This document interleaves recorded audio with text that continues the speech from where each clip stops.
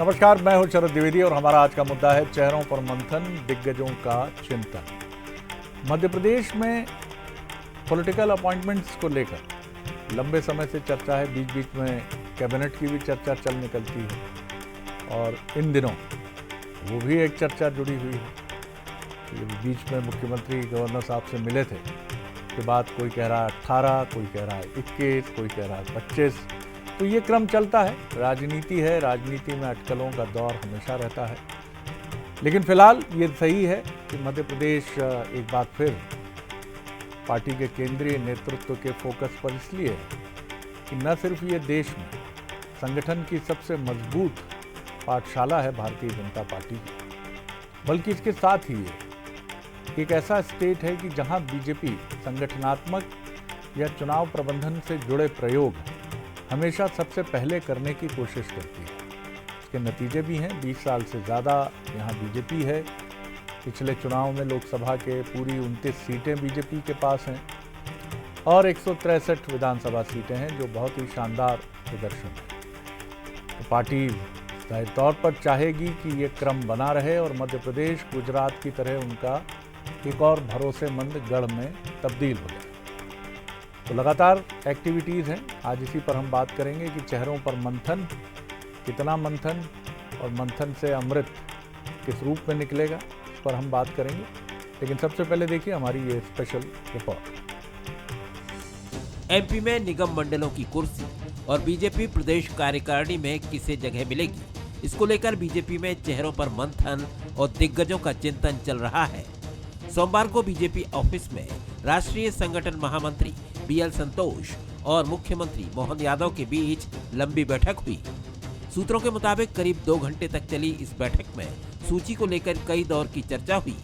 इससे पहले बीएल संतोष ने बीजेपी प्रदेश अध्यक्ष हेमंत खंडेलवाल, संगठन महामंत्री हितानंद शर्मा और बाकी पदाधिकारियों से भी अलग अलग बैठक की।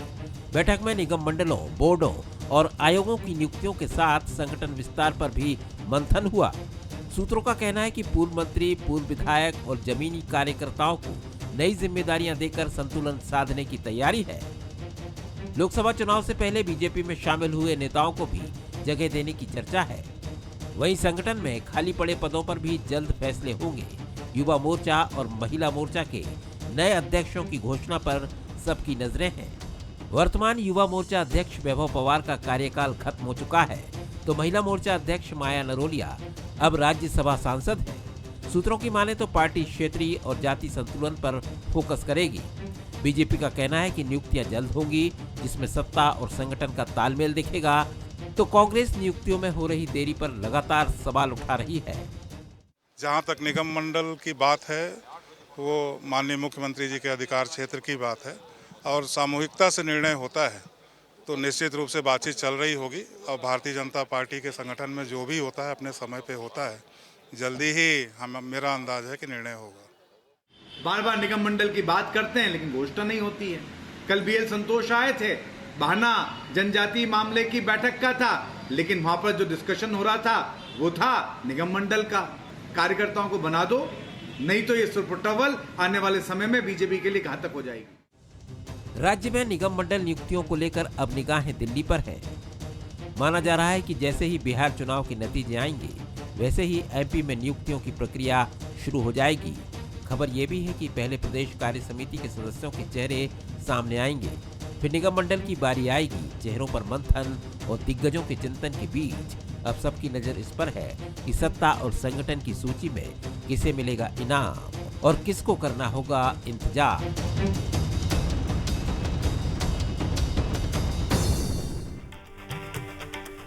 तो आपने देखा, हमारे सवाल देख लीजिए। निगम मंडल और कार्यकारिणी पर मंथन के बाद अमृत कब तक निकलेगा, और अमृत के साथ विष तो यहाँ नहीं निकलेगा, लेकिन अमृत के साथ जब आप मंथन करते हैं तो चुनौतियाँ ज़रूर निकलती हैं। जब आप कुछ चेहरों को चुनते हैं और कुछ चेहरों को नहीं चुनते हैं, तो आप ये उम्मीद नहीं कर सकते हैं कि सिर्फ अमृत ही निकलेगा।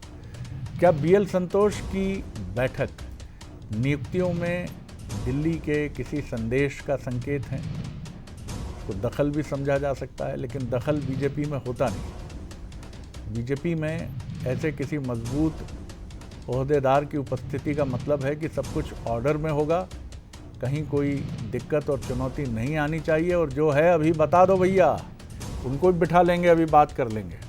क्या बिहार चुनाव के बाद मध्य प्रदेश की राजनीतिक नियुक्तियों में नए समीकरण दिखेंगे? ये भी तीसरा सवाल है। तो जो मेहमान हमारे साथ हैं उनसे मिलिए। स्टूडियो में मेरे साथ हैं Manoj Saini, executive editor political affairs. Manoj, आपका स्वागत है। यशपाल सिंह सिसोदिया हैं, सीनियर बीजेपी लीडर, पूर्व विधायक, उनका बहुत स्वागत है। अवनीश बुंदेला जी हैं, प्रवक्ता हैं, युवा नेता हैं कांग्रेस के, उनका बहुत स्वागत है। मनोज, सबसे पहले समझें हम ज़रा कि नियुक्तियाँ कौन सी, क्या निगम मंडल की यहाँ हम बात कर रहे हैं, हम एल्डरमैन्स की बात कर रहे हैं जो शायद निगम के भी पहले आएंगी, या और भी जो चीज़ें हैं। आखिर इसमें फिर बीएल संतोष जी का आना, बीएल संतोष जी इतने छोटे विषय के लिए तो जाहिर तौर पर आएंगे नहीं, और ना कभी वांछित होते हैं इतने उच्च स्तर के पदाधिकारी इन सब विषयों में। आमतौर पर होता यही है कि यहाँ से सूची तय होती है, एक औपचारिक तौर पर बता दिया जाता है कि ये है, कोई विवाद नहीं है, 2-4 में विवाद है तो सब एडजस्ट हो जाता है।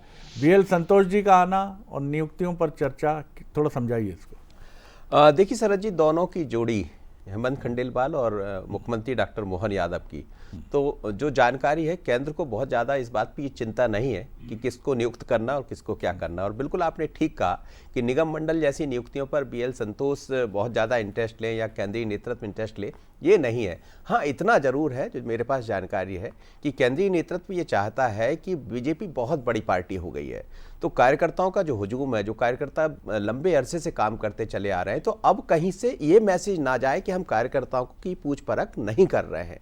तो इस पर बहुत चिंतन हुआ है और बीएल संतोष ने इस तरफ जरूर इशारा किया है कि हम उन कार्यकर्ताओं को जरूर पूछें। पचौरी जी से उनका मिलना, हाँ, पचौरी जी से मिले हैं, ये भी एक महत्वपूर्ण बात है। नरोत्तम मिश्रा से, कांग्रेस से जो लोग आए हैं जी, वो कंफर्टेबल हैं, मुझे उनको यथोचित सम्मान मिल रहा है पार्टी में, क्योंकि सुरेश पचौरी एक दिग्गज नेता है। जी बिल्कुल, निश्चित रूप से उनसे भी अलग से चर्चा हुई, सुरेश पचौरी जी से भी चर्चा हुई, डॉक्टर नरोत्तम मिश्रा भी पहुंचे थे, और जनजाति के जितने मंत्री हैं उनकी भी 1 to 1 चर्चा हुई है, उनसे भी चर्चा हुई।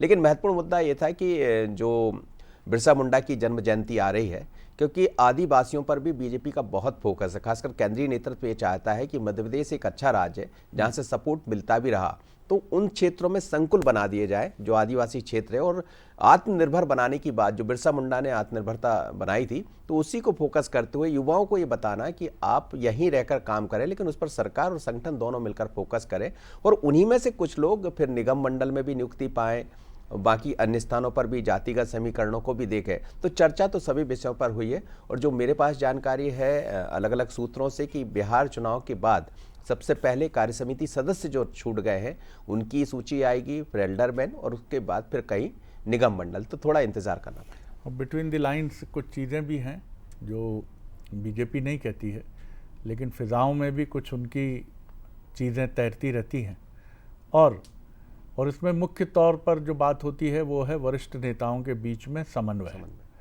क्योंकि बीजेपी में मीडिया में खुलकर नाराज़गी या किसी वीडियो के ज़रिए नाराज़गी दिखाने की परंपरा कतई नहीं है, और ये सबसे बड़ा अपराध भी है वहाँ। तो वहाँ जो बात कही जाती है वो बीएल संतोष जी जैसे वरिष्ठ पदाधिकारियों के सामने कही जाती है, वो भी बड़े सलीके से, बड़े कायदे से। बुंदेला साहब, आपकी टिप्पणी क्या कहेंगे आप? अब चेहरों की जो है उस पर मुहर लगने वाली है कि कौन क्या जिम्मेदारी संभालेगा। जी शरद जी, देखिए मैं तो स्पष्ट कहूंगा ये भारतीय जनता पार्टी का एक आंतरिक मामला है, और वो जब भी चाहे मतलब नियुक्तियां करें, लेकिन जैसा हमारा देखना रहा, अनुभव रहा, पुराना रिकॉर्ड रहा है, आपको याद होगा शरद जी, यही हालात हुए थे शिवराज सिंह चौहान जी के समय भी। उस समय नियुक्तियां जब की गई उसके 6 महीने के बाद आचार संहिता लग गई, तो मतलब जो निगम मंडल में नियुक्तियां हुई थी उनका कार्यकाल मुश्किल से 4-5 महीने का रहा। और हम भी चाहते हैं शरद जी कि निगम मंडल में नियुक्तियां होनी चाहिए, क्योंकि ये स्वस्थ परंपरा रहती है। क्योंकि जो फ्रंट लाइन के अलावा ये वर्ग भी रहता है जो पार्टी के लिए काम करता है, और उससे क्या होता है कि एक ऊर्जा का संचार होता है। जैसे कमलनाथ जी की सरकार में हमें ऐसा मानते शरद जी कि शायद ये कमी रह गई कि हम नियुक्तियां नहीं कर पाए, जिससे कि नहीं तो अगर ये कर देते तो शायद लोग संतुष्ट हो जाते। तो भारतीय जनता पार्टी को भी नियुक्ति कर देनी चाहिए। हम तो इस बात का ऐसा निवेदन कर, लेकिन हाँ, जो हमारी जानकारी शरद जी, ये नियुक्तियां इतनी आसानी से नहीं हो पाएंगी। अभी आपने जिन सज्जन का नाम लिया जो हमारे यहाँ से गए, सुरेश पचौरी जी, जिनका निश्चित तौर पर जो कद है वो कद बहुत बड़ा था। मतलब जब वो कांग्रेस से संतुष्ट नहीं हुए, अभी मैं आदरणीय मनोज जी को सुन रहा था कि संतुष्ट हैं, जब वो हमारे यहाँ संतुष्ट नहीं हुए, हमने उनको पीसीसी चीफ बनाया, बिना चुनाव जीते कई बार राज्यसभा भेजा, केंद्रीय मंत्री, केंद्रीय डिफेंस मिनिस्टर वो रहे, केंद्रीय पेट्रोलियम मंत्री वो रहे, केंद्रीय संसदीय कार्य मंत्री वो रहे। तो मुझे लगता है इससे बड़ा पद तो भारतीय जनता पार्टी देने से रही उनको, जैसी उनकी भूमिका हम देख रहे हैं। ठीक है, अगर कोई निगम मंडल में, हम तो निवेदन करते हैं कि माननीय पचौरी जी को भी आप डाल दें, जिससे उनका कम से कम जो जाने का है वो सफल तो हो जाए, क्योंकि वो उम्र के जिस पड़ाव पे, अच्छी बात है, उनको एक अच्छी विदाई मिलना चाहिए। हम तो उनका व्यक्तिगत तौर पर बहुत सम्मान करते हैं, भले ही वो भारतीय जनता पार्टी में, लेकिन शरद जी इतना आसान नहीं है, क्योंकि पहले थी शिवराज भाजपा, महाराज भाजपा, नाराज भाजपा, अब एक भाजपा और जुड़ गई है। खुद मनोज जी ने कह दिया है कि हेमंत खंडेलवाल जी एवं मोहन यादव की जोड़ी पर केंद्र को भरोसा है, मतलब एक भाजपा और जुड़ गई, इन दोनों की भाजपा। तो मतलब उतना आसान नहीं है शरद जी ये नियुक्ति कर पाए, लेकिन मैं एक पॉजिटिव बात कह चुका हूं कि नियुक्ति हो जानी चाहिए। हम जो नहीं कर पाए, भाजपा को, मोहन यादव जी को वो कर देना चाहिए, इससे अच्छा रहता है। सारी बातें भी आपने कह दी और अंदाज भी बड़ा जबरदस्त था आपका। यशपाल जी की तरफ मैं चलूंगा। अच्छा नहीं लग रहा जी सराज, मुझे अच्छा नहीं लग रहा, मैं आपके साथ स्टूडियो नहीं बैठा, मेरे नहीं, कुछ हमें भी आप दोनों की प्रत्यक्ष उपस्थिति को हम भी मिस करते हैं, क्योंकि कुछ भी कहिए कि दूरी तो दूरी है। बशीर बद्र साहब का एक शेर है कि वो जाफरानी पुलोवर उसी का हिस्सा है, कोई दूसरा पहने तो दूसरा ही लगे। तो अब आप हैं तो दूर तकनीक के साथ हमारे साथ, लेकिन हैं तो दूर ही। खैर सिसोदिया साहब, ये बताइए ज़रा कि 2 साल तो होने जा ही रहे हैं अब, आखिर ये पॉलिटिकल अपॉइंटमेंट्स जल्दी क्यों नहीं किए जाते? इनको रेवड़ी क्यों मान लिया जाता है? जैसे आजकल चुनाव में हम कहते हैं कि फ्री बीज है, भाई यशपाल जी को मिल जाए एक दायित्व, अनुभव है, वरिष्ठ विधायक रहे हैं, पूर्व विधायक, वो बहुत सारी चीज़ों को समझते हैं, निगम मंडल अच्छे से संचालित करेंगे, अच्छा उनको मिल जाएगा तो उनको भी एक, मैं नहीं कहता कि चुनाव जीत हार तो बड़े बड़े दिग्गजों की हमने देखी है जो आज देश के अभी भी जो राजनीति में है, लेकिन ये इतना विलंब क्यों किया जाता है और इतना प्रेशराइज, जैसे कि पता नहीं क्या दे रहे हैं, क्या विलक्षण चीज़ देने जा रहे हैं? जी नहीं शरद जी, देखिए भारतीय जनता पार्टी संगठनात्मक दृष्टिकोण से नियुक्तियां हो या जनप्रतिनिधि की भूमिकाओं में कहीं भी पदस्थापना हो या यूं कहें कि नियुक्तियां हो, और उनको सबको लेकर के संगठन और सरकार दोनों मिलकर के मंथन और चिंतन करते हैं और सारे लोगों को विश्वास, समन्वय के साथ, सूझबूझ के साथ, ये हम लोगों की परंपरा रही है। शरद जी, मैं तो आपको इस डिबेट के विषय पर जो आपने कहा कि चेहरों का मंथन, दिग्गजों का चिंतन आज का आपका विषय है, और आपने स्वयं ने अपनी प्रारंभिक व्याख्या में, मैं आपका हृदय से आभार और धन्यवाद ज्ञापित कर रहा हूं। आपने दिल खोल करके भारतीय जनता पार्टी के संगठन की तारीफ करी है, मैंने उसको नोट भी किया है। आपका कहना था कि ये अटकलों का दौर है। ठीक है, अटकलें तो राजनीति में चलती है, स्वाभाविक है, और ये आपका विषय है आज का कि मंडल और निगम की नियुक्तियां, शेष अन्य नियुक्तियां। आपने स्वयं कहा कि भाजपा देश की राजनीति के सबसे मजबूत पाठशाला है देश की, और आपने ये भी कहा कि मध्य प्रदेश उसमें एक बॉर्डर है। तो मैं हृदय से, दल की ओर से आपका दिल से आभारी हूं कि आपने भारतीय जनता पार्टी के केंद्रीय संगठन को, केंद्रीय नेतृत्व को और राज्य के नेतृत्व की सराहना करी। अब मैं विषय पे आता हूं शरद जी। मंथन और चिंतन किसी एक विषय को लेकर के नहीं होता। अगर आप देखिए कि जिस प्रकार से मनोज जी ने कहा है कि संतोष जी आए हैं, बीएल संतोष जी आए हैं, तो कोई खाली वो निगम मंडल की बात करने के लिए नहीं आए हैं। इस तरह की जब हम बात करें तो जहां एक और एसआईआर का दौर चल रहा है, अभी भारतीय जनता पार्टी जिस प्रकार से बीएलए के माध्यम से, प्रशिक्षणों के माध्यम से, मंडल अध्यक्षों के माध्यम से, जिला अध्यक्षों के माध्यम से जिस प्रकार से एसआईआर को गंभीरता से ले रहे हैं, तो यह भी एक विषय माननीय संतोष जी के मन मस्तिष्क में होगा। मैं यह भी कहना चाहूंगा कि सरदार पटेल जी की 150वीं जयंती पर भारतीय जनता पार्टी ने मध्य प्रदेश में क्या किया है, क्या करना है। मैं ये भी कहना चाहूंगा कि राष्ट्रीय स्तर पर अगर हम भगवान बिरसा मुंडा की जन्म जयंती, जन्म दिवस, गौरव दिवस के रूप में 15 नवंबर को मनाने जाएंगे, देश का ये हमारा एजेंडा में है, विषय में है, और प्रधानमंत्री स्वयं जबलपुर से इसमें जुड़ेंगे। जी, आपके युवा साथी आरोप लगा रहे हैं कि खंड खंड भाजपा हो गई, अब नेताओं के नाम से बट गई है, उनका आरोप है। पहले उन्होंने कहा कि नाराज भाजपा, महाराज भाजपा, शिवराज भाजपा, और अब इसमें 2 और प्रमुख नेताओं के भाजपा के नाम जुड़ गए। इस पर थोड़ी रोशनी डालिए जरा, क्या जवाब देंगे आप? जी नहीं शरद जी, नाराज तो कांग्रेस में रह करके ज्योतिरादित्य सिंधिया जी थे और सुरेश पचौरी जी थे। बुंदेला जी ने बहुत बड़ी बातें कही है सुरेश जी पचौरी जी के मामले में, तो उनकी योग्यता थी सुरेश जी, और अगर पार्टी ने उनको कुछ दिया तो उनका भी कुछ न कुछ त्याग और समर्पण था। आप तो ये विचार कीजिए कि सुरेश पचौरी जैसे व्यक्ति आपके दल से क्यों खफा होकर के क्या मंडल और निगम के लिए भारतीय जनता पार्टी में आए? अरे वो स्वाभिमानी व्यक्ति है। अगर आपके दल में सुरेश पचौरी जी को स्थान नहीं मिला, अगर ज्योतिरादित्य सिंधिया जी को कमलनाथ जी ने कह दिया कि मैं सड़क पर आ जाऊंगा तो आ जाओ समय पर, चलो चलो करते थे, ये सब स्वाभिमान का सवाल है। आज भारतीय जनता पार्टी में लगातार बुंदेला जी 5 वर्ष से अधिक समय हो गया। हमारे सारे कांग्रेस के नेता हमारे संगठन की बैठकों में जिस प्रकार से शिरकत करते हैं और जिस प्रकार से उन्होंने भारतीय जनता पार्टी के संगठन के दल को दायित्व स्वीकार कर लिया, मैं शरद जी ये भी कहना चाहूंगा कि बीएल संतोष जी अगर पधारे हैं तो सांसदों की पदयात्रा देखिए, एक सिसोदिया जी आप ये कह रहे हैं कि ये कांग्रेस से आए नेता बीजेपी के खाटी नेताओं को टक्कर दे रहे हैं? नहीं, वे कुल मिलाकर के घुल मिल गए जी। उनका संगठन में हमारे जो संगठन का चिंतन है ना शरद जी, और जो हमारा समन्वय है उसको उन्होंने स्वीकार कर लिया है। कांग्रेस थोड़ी क्या खुद लेट आ रहे और 10 पुश लगा करके चले गए। क्या निकला? खुदा पहाड़ निकली चुईया, पचमढ़ी का प्रशिक्षण शिविर। मैं उसके विस्तार में जाना नहीं चाहता, लेकिन मैं इतना जरूर कहूंगा कि अगर बीएल संतोष जी आए तो सांसदों की प्रत्येक संसदीय क्षेत्र में शरद जी 30 किलोमीटर की पदयात्रा है, और इस 30 किलोमीटर की पदयात्रा में अगर आप देखें शरद जी तो उन सांसदों को महिला सम्मेलन करना है, किसान सम्मेलन करना है, युवा मोर्चा का सम्मेलन करना है।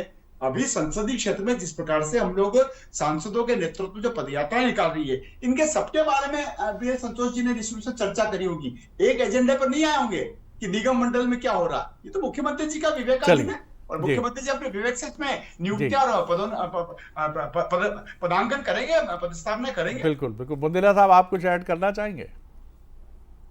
सर मैं इतना ही कहूंगा कि देखिए अभी तो बड़ा ठीक लग रहा है सब इनको कि सब अच्छा चल रहा, लेकिन मैं एक बात सिंधिया जी के बारे में कहना चाहूंगा, मैं दावे से कहता हूं, क्योंकि अगर सिंधिया जी को बहुत ही जल्द जो उनके मनमाफिक पद है, जिस चीज की तलाश में वो भारतीय जनता पार्टी में गए हैं, अगर वो नहीं मिला तो कोई बड़ी बात नहीं है कि सिंधिया जी 2028 के चुनाव में किसी अन्य दल में जाकर बहुत महत्वपूर्ण भूमिका निभाए। ध्यान रखिए, मैंने कांग्रेस नहीं कहा शरद जी, मैंने किसी अन्य दल में जाकर कोई महत्वपूर्ण भूमिका निभाए। हो सकता है भाजपा सरकार के खिलाफ। लेकिन आप पहले अपने मसले तो सुलझाएं। सिद्धारमैया डीके शिव कुमार के बीच में चलता रहता है मामला, हम तो ये भूपेश बघेल और टी.एस. सिंहदेव के बीच चलता है। यहाँ सिंधिया जी, कमलनाथ, आप भी तो पद के बारे में कहाँ निर्णय कर पाती है पार्टी? सर मध्य प्रदेश की बात करें, आने वाली 14 तारीख है जो बिहार के चुनाव नतीजे आने वाले हैं। हो सकता है ये जो तारीख है एक ऐतिहासिक तारीख हो, क्योंकि अगर जरा सा पहिया यहाँ हो गया शरद जी, मैं ये नहीं कह रहा हूँ दावे से, वैसे तो हम मान रहे हैं कि सरकार जो है वो महागठबंधन की बन रही है, लेकिन जरा सा पहिया इधर उधर हो गया तो आप ये मान लें कि मोदी सरकार की कुर्सी खिसक जाएगी सर, और कुर्सी खिसकी तो उसके बाद हो सकता है स्थितियां कुछ बदल जाएं। मुझे मालूम है 14 तारीख को शरद जी अपन सब एक बार फिर बैठेंगे, उस पर चर्चा करेंगे, बिल्कुल बैठेंगे, पूर्वाग्रह करना। जी सिसोदिया जी कुछ कहना चाह रहे थे जी, बहुत संक्षेप में। मैं कह रहा था शरद जी के जिस प्रकार से पचमढ़ी के शिविर में कांग्रेस के लोकसभा में नेता प्रतिपक्ष और वरिष्ठ नेता राहुल गांधी जी ने जिस प्रकार से बंद कमरे में जो फटकार लगाई है, सरकार संगठन के जो समन्वय के और तालमेल का अभाव है ना, वो सामने आ रहा है। और बुंदेला जी आज की एग्जिट पोल देख लीजिए, आज की सारी exit poll Bharatiya Janata party के गठबंधन को जिता रहा है, और जब परिणाम आएंगे तो पहले राउंड के बाद ही आप कहने लगेंगे ईवीएम, वोट चोरी, एसआईआर आदि आदि, और तब हम आपसे बात करेंगे कि बिहार में भारतीय जनता पार्टी के नेतृत्व वाली कहें या भारतीय जनता पार्टी के साथ जो एनडीए का हमारा जो गठबंधन है, गठबंधन की सरकार स्पष्ट बहुमत से बनी है। आप तो एग्जिट पोल को भी नकारेंगे, मैं जानता हूं, आप ईवीएम मशीन के ऊपर भी ठीकरा फोड़ेंगे, मैं जानता हूं, और आपके नेताओं के वाच बयान इसी संदर्भ में आएंगे। चलिए, शुभकामनाएं आप दोनों को, महागठबंधन को भी और एनडीए गठबंधन को भी। मनोज, फिर मध्य प्रदेश की तरफ अगर लौटे हैं जी, तो और क्या चीज़ें आपको आने वाले वक्त में दिख रही हैं? क्योंकि कंफर्टेबल पोजीशन है, लेकिन बीजेपी इससे संतुष्ट नहीं होती। निरंतर कार्यक्रम हाथ में लेना, जैसा बताया अभी सिसोदिया जी ने कि पद यात्राओं की संकल्पना है, सांसद काम करें, और इतना काम लेती है ये पार्टी, इतना काम लेती है कि जितने राष्ट्रीय पदाधिकारी हैं, मैं वही बात मुझे कुशाभाऊ ठाकरे की याद आती कि पैर में चक्कर, मुंह में शक्कर और सीने में बर्फ़। जी देखिए शरद जी, वो तो नज़र भी आ रहा। आप लंबे अरसे से नहीं गए भारतीय जनता पार्टी के दफ्तर, आप जाएंगे तो पूरा दफ्तर बदल गया। अभी कुछ दिन पहले जो कार्य समिति बनी थी वो सभी लोग दिन भर बैठे रहते, और जब मैंने पूछा तो सबके पास बहुत सारे कार्यक्रम हैं कि ये बिरसा मुंडा की जयंती की तैयारी करना है, सांसदों को वहाँ जाना, उनकी रिपोर्ट क्या है, विधायक की रिपोर्ट क्या है। तो मुझे लगता है बीजेपी तो, और इसीलिए आप देखिए बिहार के जो हम देख रहे हैं, बिहार की बात सिर्फ थोड़ी 30 सेकंड के लिए करना चाहूँगा कि यही भारतीय जनता पार्टी है, वो समझती है कि कब क्या करना। अब आप देखिए भारतीय जनता पार्टी या गठबंधन जो बढ़त लेता दिखाई दे रहा है, तो मुझे लगता है यही तैयारी थी, और बीजेपी लग गई है अब 28-29 की तैयारी में। जो मध्य प्रदेश में BL संतोष आए और जिस तरह से उन्होंने बैठ के की है, और उसी आधार पर निगम मंडलों की नियुक्ति होने जा रही है, उसमें थोड़ा चिंतन मंथन भी होगा। जहाँ तक कांग्रेस से आए हुए लोगों का, अवनीश जी, मैंने ये नहीं कहा था कि वो खुश हैं, पर यह भी नहीं कहा कि वो नाराज है। बीजेपी में समन्वय चल रहा है, बैठक चल रही है, और उनको नाराज भी ना हो और ज्यादा खुश भी ना हो। हाँ, ये जरूर दिखाई दे रहा है। तो बहुत ज्यादा खुश तो नहीं हो पाएंगे। ये राजनीतिक दल के हमारे जो साथी हैं दोनों, और इनके जो और भी इनकी भाई बंधु हैं, अब ये लोग हम लोगों का रिपोर्ट कार्ड जारी कर देते हैं। मनोज जी देखे ना आपने, यशपाल जी ने कितना कहा, शरद जी आपने ये कहा, अब मैं उसका खंडन करूं तो फंसूं, सहमत हो जाऊं तो ट्रोलर आर्मी पीछे पड़ जाएगी कि एंकर और फला फला प्रवक्ता की बिल्कुल गठबंधन चल रहा है। तो बहुत, ये बुंदेला जी ने आपको पकड़ लिया कि मनोज जी की बातों से सहमत। जी बुंदेला जी बोलिए। सर मैंने बिल्कुल नहीं पकड़ा, बल्कि मनोज जी की बातों से मुझे कुछ ये कहे बोलने के लिए कंटेंट मिल गया। बड़ी अच्छी बात कही मनोज जी ने, मैं उन बातों का विरोधाभास बिल्कुल नहीं कर रहा हूँ। और मैं तो साफ कहता हूँ कि किसी को भी देखना है तो बंसल न्यूज़ सुनिए, बिल्कुल आप सुई उससे नाप लीजिए फीते से। बरोबर मौके मिलते हैं या सत्ता पक्ष को भी विपक्ष को भी। इसलिए शरद जी, इसके लिए आपका, मनोज जी का साधुवाद करता हूं मैं। सबसे सर्वश्रेष्ठ डिबेट कराते हैं आप, साधुवाद आपका। और जहां तक देखिए बात है, जब अपन विषय पर लौटते हैं शरद जी, तो ये विषय मैं फिर कह रहा हूं भारतीय जनता पार्टी का है, लेकिन फिर भी जितना आसान हमको लग रहा है उतना आसान नहीं है, क्योंकि भारतीय जनता पार्टी में एक धड़ा है जो निरंतर बहुत असंतुष्ट है। आप देख लें, सागर की बात कर ले, मैं बुंदेलखंड का हूं, सागर में आपको लगता है कि भूपेंद्र सिंह जी संतुष्ट हैं, या आपको लगता है गोपाल भार्गव संतुष्ट हैं? क्या जबलपुर जाएंगे तो आपको लगता है अजय विष्णु जी संतुष्ट हैं? मतलब कैलाश विजयवर्गीय कैसे नेता हैं जो इतने बड़े पद पर बैठकर भी वो लगता है अपनी सरकार को कई बार तकलीफ में डाल देते हैं। कैलाश जी के साथ समस्या ये है कि जैसे वो मुख्यमंत्री बनते हैं तो वो अपने आप को पूरी सरकार की धुरी समझने लगते हैं। उनके बयान, उनकी कार्यशैली सरकार को तकलीफ में। मैं दावे से कहता हूँ कैलाश जी 5 साल पूरे नहीं कर पाएंगे मंत्री के, मैं दावे से कहता हूँ इस बात की। और शरद जी, उमा भारती के आपको नहीं लग रहा कि रोज परेशानियां पैदा कर रही, मैं झांसी से चुनाव लड़ूंगी, ये होगा, इतना कर्जा था। तो शरद जी आप ध्यान रखें, ये सारी जो बयानबाजी उमा भारती जी, आपको क्या लगता है उमा भारती जी के मन में नहीं होगा कि मेरा दत्तक पुत्र भतीजा राहुल सिंह लोधी चुनाव हारा, उसका भी राजनीतिक पुनर्वास किया जाए? तो यही दबाव है। लेकिन बुंदेला साहब, आपको ये भी देखना पड़ेगा कि उमा जी तो एक पार्टी बनाकर बीजेपी से अलग भी हो चुकी हैं, लेकिन बीजेपी का कुछ नहीं बिगड़ा। मैं ये नहीं कहूंगा कि छोटे मोटे प्रभाव नहीं आते हैं, और ऐसा नहीं है कि आप जिन नेताओं की आपने बात की, मैं नहीं कहता कि वो पीड़ा में हैं या असंतुष्ट हैं, लेकिन बीजेपी में या सभी पार्टियों में, आपकी पार्टी में भी ये मतभिन्नता नेताओं में रहती है, लेकिन अंतिम समय में बीजेपी इसे संभाल लेती है और आपकी जो गाड़ी है वो पटरी छोड़ देती है। चलिए मैं रिएक्शन लूँगा सिसोदिया साहब का। सिसोदिया साहब, इस बार फिर कांग्रेस गिना रही है फला नेताजी, बुंदेलखंड में 2 बड़े नेताजी, तो उमा जी का नाम बार बार आ जाता है, लेकिन कॉन्फिडेंट है हर बार की तरह इस बार भी सबको संभाल लिया जाएगा?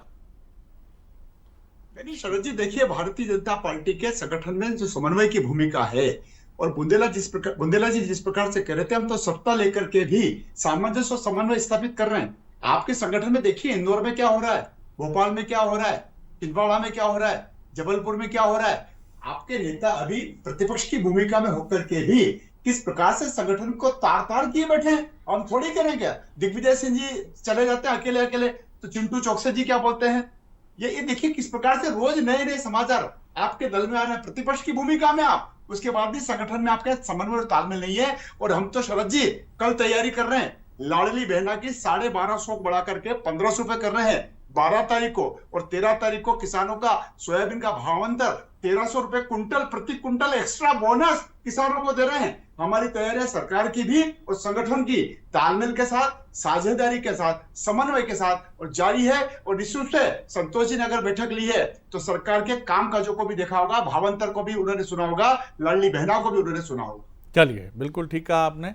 बीजेपी की इस बात पर कांग्रेस के एक सीनियर लीडर जो बंसल न्यूज़ से बात कर रहे थे, और जल्दी वो इंटरव्यू आपके सामने होगा, उसमें भी उन्होंने ये बात मानी कि फिनिशिंग लेवल पर आकर हम चूक कर देते हैं और बीजेपी भले ही वो 36 रन पर 6 विकेट गंवा चुकी हो, लेकिन उसके लास्ट के जो 4 बल्लेबाज हैं वो मैच विनिंग पारी खेलकर अपनी पार्टी को विनिंग पोजीशन में पहुंचा देते हैं। ये अंतर समझना होगा कांग्रेस को और इसे दूर करना होगा। और शुक्रिया आप तीनों मेहमानों का। और आगे देखिए हमारा खास न्यूज़ बुलेटिन प्राइम मेट्रो। नमस्कार।